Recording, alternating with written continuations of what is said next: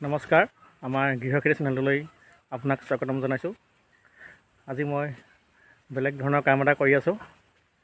আচলতে মই বনাই আছোঁ পকা ভেটি প্লেনেৰে এটা কুকুৰা গঁৰাল। এয়া কামটো আৰম্ভ কৰিছোঁ। চাওঁচোন আহক। এয়া চাওক, এনেদৰে মই ইটা চাপি থোৱা আছে। এটা লাইনত এনেদৰে লাইন মিলাই পানি বেছি ডাঙৰ নহয়, সৰুকৈ বনাইছোঁ।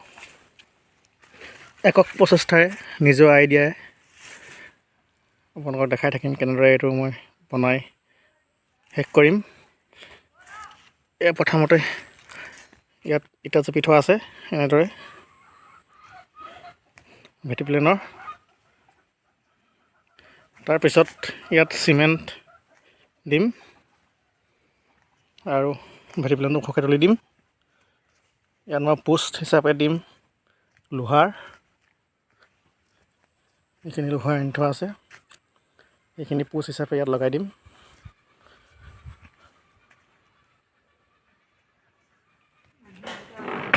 এইখিনি মছলা তৈয়াৰ কৰিবলৈ মই সাজু কৰিছোঁ। ইয়াত চিমেণ্টৰ মছলা,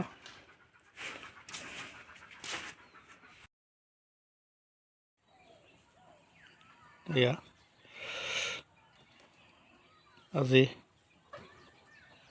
পকা কাম শেষ হৈছে।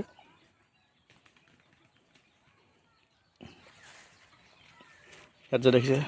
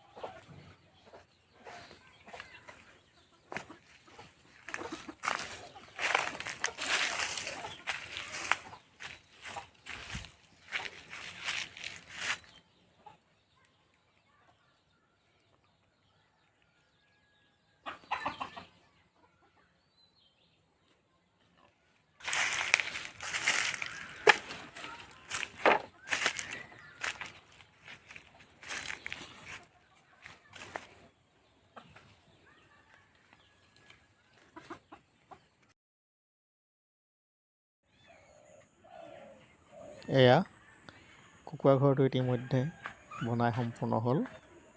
এয়া চাওক এতিয়া কেনেকুৱা লাগিছে বনাই সম্পূৰ্ণ হোৱাৰ পিছত। এয়া বাঁহৰ বেৰখনৰ ওপৰত প্লাষ্টিকৰ জালি লগাই দিছোঁ, দোকানৰ পৰা কিনি আনি। ইয়াত প্ৰায় 10 মিটাৰমান জালি লগাই থোৱা আছে। বেৰবিলাক মই পুৰণা বাঁহৰ মানে থকা বেৰেই নতুনকৈ লগাই দিছোঁ বনাই পানি। এইখিনি মোৰ বেছি কষ্ট কৰা নাই। এয়া ভিতৰখন। এইফালে আপোনালোকক আগতে দেখাইছিলোঁ পোষ্টবিলাক মই কেনেদৰে লোহাৰত লগাই পিনি এনেকৈ বাঁহত লগাই দিছিলোঁ। আচলতে লোহাৰ ডোখৰত বাঁহৰ পোষ্ট এনেকৈ লগাই দিছোঁ। এই দুটা পাৰ্ট কৰিছোঁ। এইফালে ডাঙৰ কুকুৰাখিনি থাকিব এইটো পাৰ্টত, এইফালে সৰু কুকুৰাখিনি থাকিব এইটো পাৰ্টত। ডাঙৰ কুকুৰা থাকিব, এটা ষ্টেণ্ডে বনাই দিছোঁ।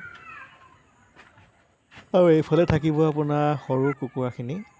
এয়া চাওক ঘৰটো দূৰৰ পৰা কেনেকুৱা লাগিছে আপোনালোকে মতামত কৰি জনাবচোন।